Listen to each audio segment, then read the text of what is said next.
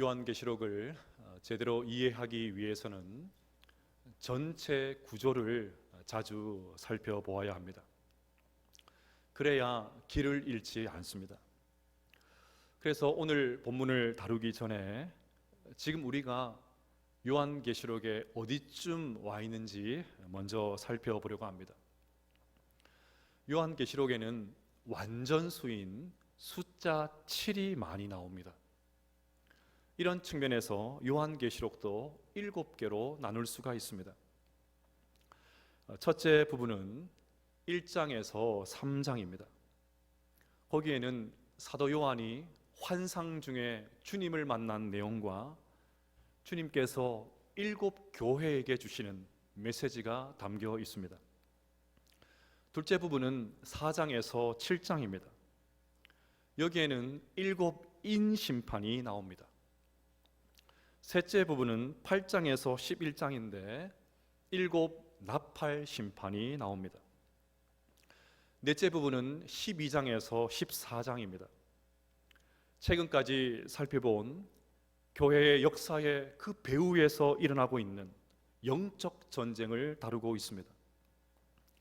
다섯째 부분은 오늘부터 살펴볼 15장과 16장인데 7 대접 심판이 나옵니다.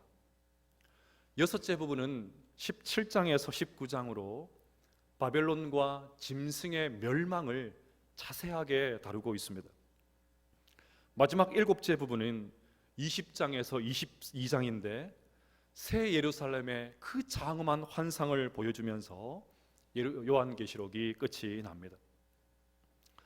오늘 본문은 5째 부분으로 7 대접 심판입니다. 15장은 7 대접 심판의 서론이고 16장은 7 대접 심판의 구체적인 내용입니다. 여기서 한 가지 생각해야 될 것이 있습니다. 요한계시록은 사건이 일어나는 순서대로 기록한 책이 아닙니다. 무슨 말인가 하면 7인 심판이 끝나면 7 나팔 심판이 임하고 그 다음에 또 7 대접 심판이 나오는 것이 아니라는 말입니다. 최후 심판은 이미 14장에 나왔습니다. 구원받은 14만 4천은 어린 양과 함께 시온산에 서 있었고 짐승에게 경배한 사람들은 유황불이 타오르는 지옥에서 영원토록 고통을 받았습니다. 천국에 갈 사람들은 천국에 이미 갔고 지옥 갈 사람들은 지옥에 갔습니다. 이미 최후의 심판이 임했습니다. 그런데 또 새로운 심판이 임하는 것은 앞뒤가 맞지 않습니다. 그러면 또다시 7 대접 심판이 나오는 그 이유가 뭘까요? 말세에 임할 심판을 강조하기 위해서입니다. 하나님의 무서운 심판이 틀림없이 임한다는 것입니다. 그래서 똑같은 심판인데 각도만 달리해서 다양한 관점으로 심판을 설명하고 있습니다. 한 번으로 끝나는 것이 아니라 3, 4판 강조하고 또 강조하는 것입니다. 마치 비슷한 내용을 담고 있는 복음서가 한 개만 있는 것이 아니라 마태, 마가, 누가, 요한 사복음서가 있는 것처럼 말세에 있을 하나님의 심판을 다른 각도에서 조명하면서 강조하고 있는 것입니다. 자, 그러면 7 대접 심판의 구체적인 내용은 다음 주부터 살펴보고 오늘은 7 대접 심판의 서론, 전체적인 그림을 좀 그려보도록 하겠습니다. 먼저 1절 말씀을 함께 읽어보겠습니다. 시작. 또 하늘에 크고 이상한 다른 이적을 보매 7 천사가 7 재앙을 가졌으니 곧 마지막 재앙이라. 하나님의 진노가 이것으로 마치리로다. 아멘. 여기에 마지막 재앙이라는 말이 나옵니다. 이것도 재앙이 일어나는 순서에 따라서 마지막이라는 말이 아닙니다. 7인이나 7 나팔 심판 때는 회개의 기회가 있었습니다. 그래서 인 심판 때는 땅 4분의 1이 심판을 받았고 나팔 심판 때는 땅 3분의 1이 심판을 받았습니다. 그런데 대접 심판 때는 회개의 여지가 전혀 없습니다. 시쳇말로 닥치고 심판입니다. 그래서 7 나팔 심판을 마지막 재앙이라고 한 것입니다. 이처럼 회개의 여지라고는 전혀 없는 마지막 재앙이 7 천사들의 손에 들려 있습니다. 그 내용을 조금 더 살펴보겠습니다. 5절을 보시면 또 이 일 후에 내가 보니 하늘의 증거 장막에 성전이 열리며, 사도 요한은 또다시 하늘에 있는 성전을 보고 있습니다. 그런데 특이하게도 성전을 하늘의 증거 장막의 성전이다, 그렇게 표현을 하고 있습니다. 독특하면 이단이 가만히 안 둡니다. 신천지는 여기에 나오는 하늘 증거 장막의 성전, 이 단어를 그대로 가지고 와서 신천지의 본부가 있는 과천이 시온산이고 신천지의 본부가 하늘 증거의 장막 성전이라고 주장을 합니다. 여러분, 이런 이야기를 들으면 웃어야 합니다. 그냥 웃으시면 됩니다. 한번 웃어볼까요? 웃어버리면 됩니다. 자, 그러면 왜 요한은 그냥 성전이라고 하지 않고 증거 장막의 성전이라고 했을까요? 증거의 장막은 이스라엘 백성들이 광야에서 예배할 때 사용했던 장막, 성막을 뜻하는 것입니다. 그런데 성막과 장막은 다른 말로 증거막이라고 불렀습니다. 왜냐하면 성막 안에 있는 지성소의 법궤 안에 언약의 증거였던 십계명 돌판이 들어있었기 때문입니다. 그래서 언약궤를 증거궤라고 부르기도 했습니다. 따라서 증거 장막의 성전은 하나님의 말씀이 보관되어 있는 성전, 그런 뜻입니다. 그런데 그 성전이 열렸다고 합니다. 그러면 무엇입니까? 보관되어 있었던 하나님의 말씀이, 특별히 심판의 말씀이 이제 역사의 현장에 구체적으로 실행된다는 뜻입니다. 이제 곧 성경에 기록된 강력한 심판이 하늘에서 쏟아지게 된다는 말입니다. 이것은 심판을 실행하는 천사들의 복장을 봐도 알 수가 있습니다. 6절을 보시면 7장을 가진 7 천사가 성전으로부터 나와 맑고 빛난 세마포 옷을 입고 가슴에 금띠를 띠고 라고 했습니다. 7 천사가 성전에서 나오고 있습니다. 성전에서 나오고 있으니까 틀림없이 하나님의 명령을 받고 나온 것입니다. 특별히 천사들이 입고 있는 옷이 중요합니다. 그들은 맑고 빛난 세마포 옷을 입고 있습니다. 여기서 요한이 천사가 입은 옷을 상세하게, 아주 자세하게 설명하는 이유가 있습니다. 고대 사회에는 사람들의 신분을 옷으로 판단을 했습니다. 어떤 옷을 입고 있느냐에 따라서 그 사람이 무슨 일을 하는지, 사회적으로 지위가 어떻게 되는지 알 수 있었습니다. 특히나 세마포 옷은 제사장이 입던 옷이었습니다. 그러니 지금 천사가 하는 일은 하나님께서 맡기신 중요한 일이라는 것을 알 수가 있습니다. 더욱이 천사는 가슴에 금띠를 띠고 있습니다. 여러분, 이것은 예수님이 생각나는 표현입니다. 요한계시록 1장 13절을 보시면 예수님이 입은 옷을 이렇게 설명하고 있습니다. 촛대 사이에 인자 같은 이가 발에 끌리는 옷을 입고 가슴에 금띠를 띠고. 그러니 지금 천사들은 예수님과 너무 비슷한 모습으로 등장하고 있습니다. 그만큼 천사들이 행하게 될 이 재앙이 하나님의 심판이라는 것입니다. 지금 임하게 될 재앙은 천사들의 사사로운 감정을 따라서 하는 것이 아니라 철저하게 하나님의 뜻에 부합된 하나님의 진노라는 것입니다. 하나님의 이 무서운 심판의 묘사는 점점 강해집니다. 7절을 보시면 내 생물 중 하나가 영원토록 살아계신 하나님의 진노를 가득히 담은 금대접 일곱을 그 일곱 천사들에게 주니, 네 생물 중 하나가 천사들에게 하나님의 진노를 가득히 담은 금대접을 전달해 주고 있습니다. 한마디로 심판 준비가 다 끝났다는 것입니다.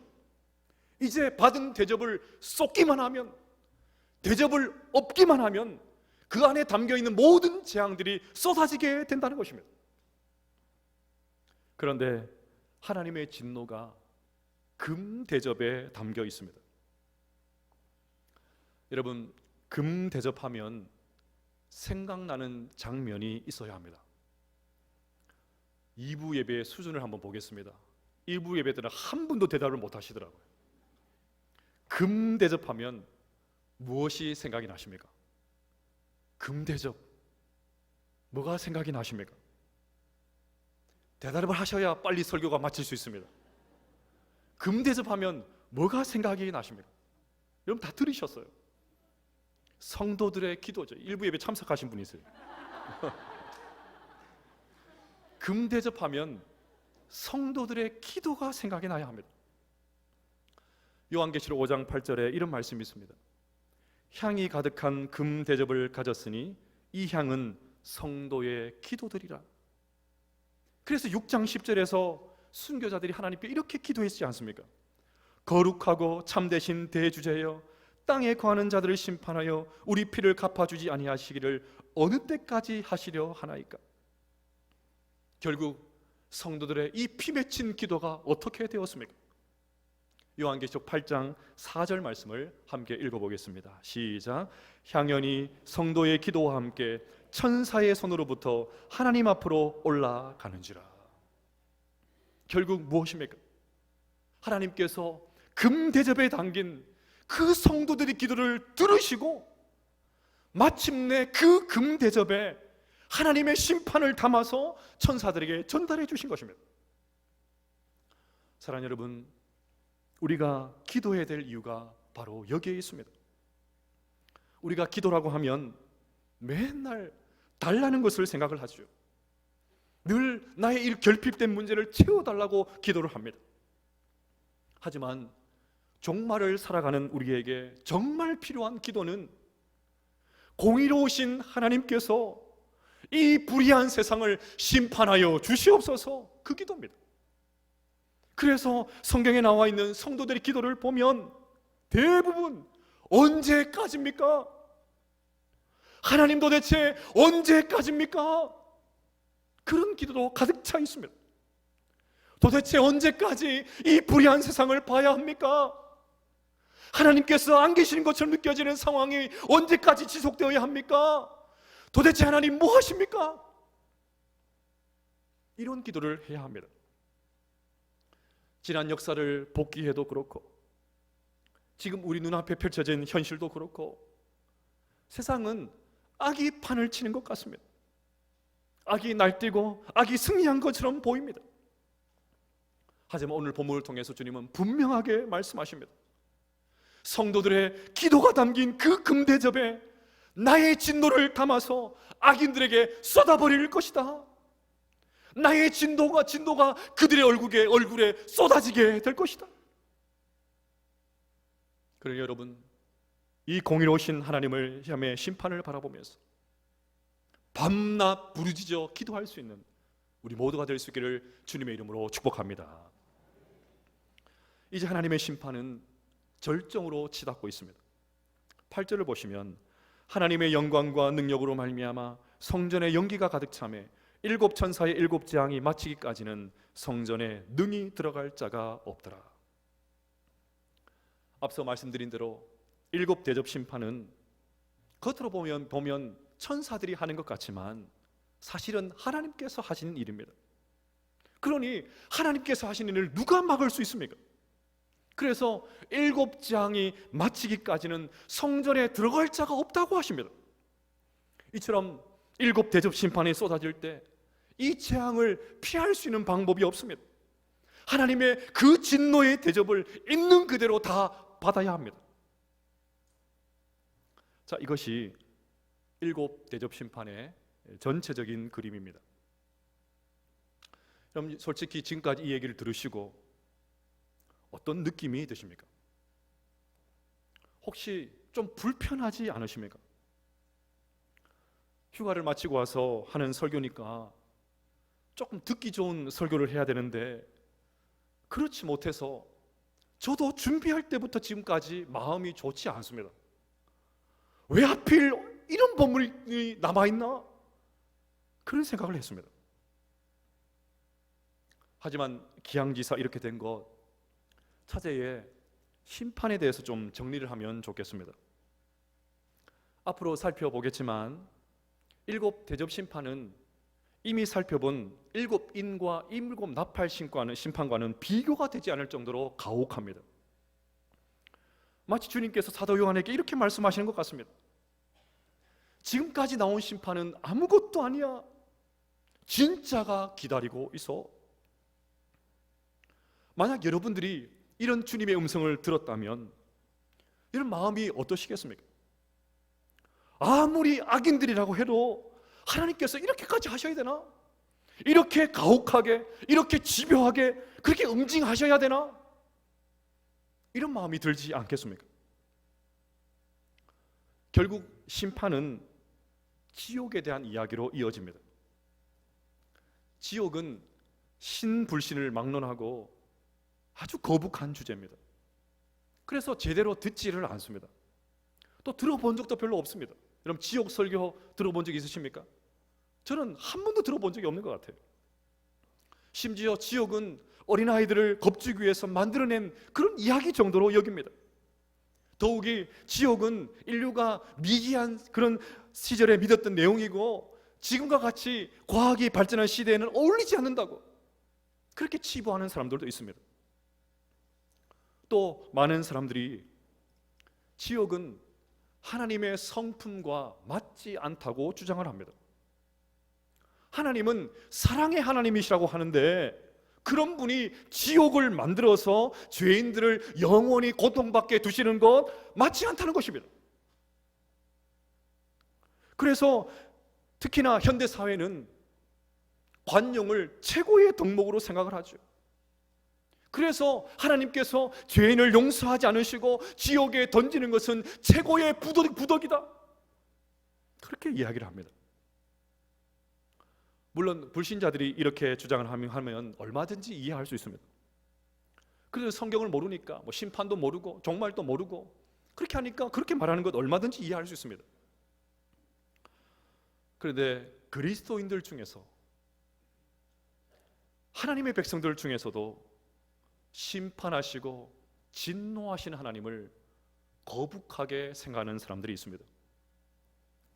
대표적인 사람이 사랑이 이긴다라는 책을 지은 라벨입니다. 책의 제목에서도 알 수 있듯이 그는 하나님의 사랑이 지옥에 떨어진 사람들까지도 끝내 다 구원한다고 말합니다. 하나님은 사랑이시니까, 사랑이 이기니까 지옥에 떨어진 사람도 하나님께서 다 구원해내신다, 그렇게 주장을 합니다. 여러분 어떻습니까? 대단히 은혜롭고 듣기 좋은 말이지 않습니까? 저도 개인적으로 그랬으면 좋겠습니다. 그러면 굳이 전도할 필요도 없지요. 이제 하반기에 전도 행사를 가지려고 하는데 굳이 힘들게 전도할 필요도 없지요. 이 더운 날 교회를 위해서 땀을 흘리고 섬길 이유가 어디에 있습니까? 못하려고 예배에 참석을 합니까? 무슨 이유로 성경대로 살려고 몸부림칩니까? 손이 아파 죽겠는데 필사를 왜 합니까? 물론 저는 라벨이 이런 말을 한 이유를 이해합니다. 기독교가 너무 배타적이고 우리 안에 너무 좋은 것을 가지고 있는데 우리가 미숙해서 다른 사람들 대할 때 너무 쉽게 정죄하니까 그런 모습을 반성하자, 그런 의미에서 이런 말을 한 것이죠. 하지만 아무리 그래도 너무 나갔습니다. 이것은 거의 이단적인 주장입니다. 왜냐하면 지옥에 대해서 가장 많이 말씀하신 분은 예수님이시기 때문입니다. 사랑의 예수님께서 이 땅에서 가장 많이 말씀하신 것이 바로 지옥이었습니다. 굳이 예수님을 말하지 않아도 지옥 심판은 하나님의 성품과 모순되지 않습니다. 하나님은 사랑의 하나님이시기도 하지만 거룩하고 공의로우신 분이십니다. 그런 하나님이 일평생 그분이 주신 생명을 타락한 욕망을 따라서 허랑방탕하게 산 사람을 아무렇지도 않게 받아주신 것이 정말 옳습니까? 조금도 뉘우치지 않는데 아무 일도 없었던 것처럼 묵인하시는 것이 정말 맞습니까? 우리는 나에게 피해를 준 사람이 용서를 구하지도 않고 마땅한 그런 응징한 그런 처분을 받지 않으면 막 치를 떨고 격분하지 않습니까? 그런데 우리와 비교할 수 없을 정도로 거룩하신 하나님은 얼마나 더 하시겠습니까? 따라서 하나님이 정말 하나님이시라면 심판과 지옥은 반드시 있어야 합니다. 그렇게 마지막 날에 하나님의 무서운 심판이 쏟아지는 것은 너무나도 당연합니다. 이것이 성경의 가르침입니다. 그러니 거북하게 들려도 조금 부담스러워도 심판과 지옥의 말씀도 하나님의 말씀으로 받으셔야 합니다. 자, 그러면 결론적으로 7 대접 심판 앞에서 우리 성도들은 어떻게 해야 될지를 살펴보면서 설교를 마무리하겠습니다. 결론부터 말씀드리면 우리 성도들은 구원의 하나님을 찬양해야 됩니다. 우리 자유 계신 분 한번 인사해 볼까요? 구원의 하나님을 찬양합시다. 한번 인사하십시다. 구원의 하나님을 찬양하십시다. 오늘 심판, 지옥이라는 말이 나와서 그런지 분위기가 조금 무거운 것 같습니다. 하지만 전혀 그럴 필요가 없습니다. 주님은 겁을 주거나 공포 분위기를 조성하기 위해서 이 말씀을 하시는 것이 아닙니다. 8절을 다시 보십시오. 7 천사가 7 재앙이 마칠 때까지는 성전에 들어갈 사람이 없다고 기록하고 있습니다.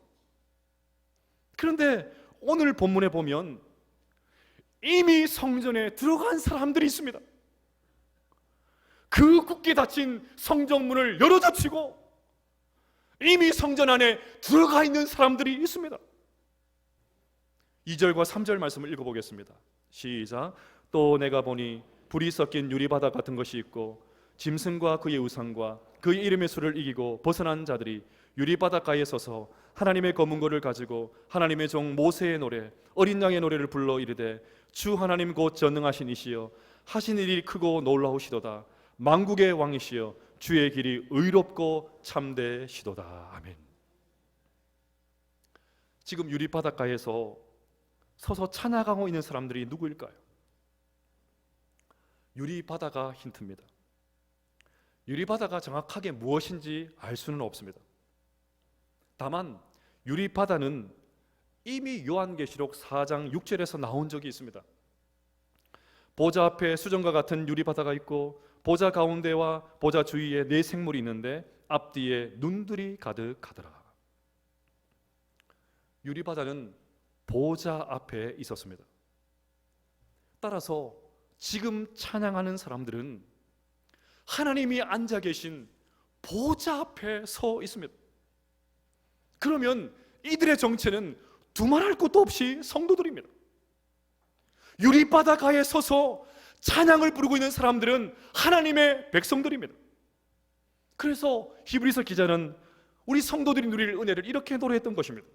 그러므로 우리는 긍휼하심을 받고 때를 따라 돕는 은혜를 얻기 위하여 은혜의 보좌 앞에 담대히 나아갈 것이니라. 사랑하는 여러분, 지금 사도 요한이 보고 있는 이 성도들의 찬양은 우리가 장차 부르게 될 찬송임을 믿으시기를 바랍니다. 그날에 우리 모두는 찬양의 유일한 청중이 되시는 하나님 앞에서 진정한 찬양을 부르게 될 것입니다. 그날이 되면 언제 이런 찬양을 불렀는지 기억조차 할 수 없는 영광스러운 찬송을 부르게 될 것입니다. 하지만 이 찬송은 그날만이 아니라 지금도 불러야 합니다. 오늘도 불러야 합니다. 매일매일 불러야 합니다. 그러면 구체적으로 어떤 찬양을 불러야 될까요? 3절을 다시 읽어드리겠습니다. 하나님의 종 모세의 노래, 어린 양의 노래를 불러 이르되 주 하나님 곧 전능하신 이시여 하신 일이 크고 놀라우시도다. 만국의 왕이시여 주의 길이 의롭고 참되시도다. 우리는 어린 양의 노래를 불러야 합니다. 그런데 그냥 어린 양의 노래가 아니라 모세의 노래입니다. 모세의 노래는 출애굽 때 불렀지요. 앞에는 홍해가 가로막고 있고 뒤에는 바로의 병거들이 따라오고 있습니다. 이때 하나님께서 홍해를 갈라서 이스라엘 백성들을 건너가게 하셨습니다. 구원이지요. 반대로 애굽의 군인들은 모조리 홍해에 빠져 죽이셨습니다. 심판이지요. 이때 홍해를 건넌 이스라엘 백성들이, 심판을 면하고 구원을 받았던 이스라엘 백성들이 가장 먼저 했던 일이 뭐냐면 모세의 노래를 불렀던 것입니다. 우리도 마찬가지입니다. 하나님의 진노가 가득한 대접이 쏟아질 때 그 심판을 피할 수 있는 사람은 아무도 없습니다. 그런데 우리에게는, 성도들에게는, 하나님의 백성들에게는 이 심판이 임하지 않습니다. 오히려 굳게 닫혀있던 성전 문이 활짝 열려지고 우리는 이미 성전 안에 들어가서 하나님을 찬양하고 있습니다. 그러니 이 놀라운 구원의 은혜를 받은 우리가 할 수 있는 것은 오직 찬양할 것밖에 없죠. 이 사실을 우리가 정말로 깨달았다면 그냥 자동적으로 찬양이 터져나올 수밖에 없는 것입니다. 그래서 그날에 성도들이 부를 찬양을 보십시오. 주 하나님 곧 전능하신 이시여 하시는 일이 크고 놀라우시도다. 만국의 왕이시여 주의 길이 의롭고 참되시도다. 그들은 자신을 노래하지 않습니다. 구원받은 기분을 노래하지 않습니다. 내가 얼마나 노래를 잘하는지 자기의 실력을 뽐내지 않습니다. 오로지 구원하신 하나님만 높입니다. 주 하나님 전능하신 이시여 만국의 왕이시여, 오직 하나님의 능력과 하나님의 영광만을 노래하고 있습니다. 여러분, 요즘 우리가 자주 부르는 찬양을 떠올려 보십시오. 여러분이 요즘 자주 고백하고 있는, 부르고 있는 찬양을 한번 생각해 보십시오. 최근에는 우리의 신앙을 고백하고 간직하는 찬양, 이런 것들이 대세인 것 같습니다. 물론 이런 찬양 얼마든지 부를 수 있습니다. 저는 부르지 말라고 이 말씀 드린 것이 아닙니다. 하지만 더 온전한 찬양을 불러야 합니다. 오직 하나님께로 향하는 찬양, 구원의 은혜를 노래하는 그 찬양, 오직 하나님만 높이는 그 찬양, 오직 하나님만 생각나는 그 찬양, 그 찬양 훨씬 더 많이 부르고 연습해야 됩니다. 사랑하는 여러분, 유리 바다가에 서서 하나님을 찬양하는 이 환상이 오늘 이 아침에 우리 마음판에 확실하게 새겨질 수 있기를 주님의 이름으로 축복합니다. 그 자리는 앞으로 우리가 서게 될 자리임을 믿으시기를 바랍니다. 장차 우리 모두가 보좌 앞에서 온전한 찬양을 부르게 될 것을 믿으시기를 바랍니다.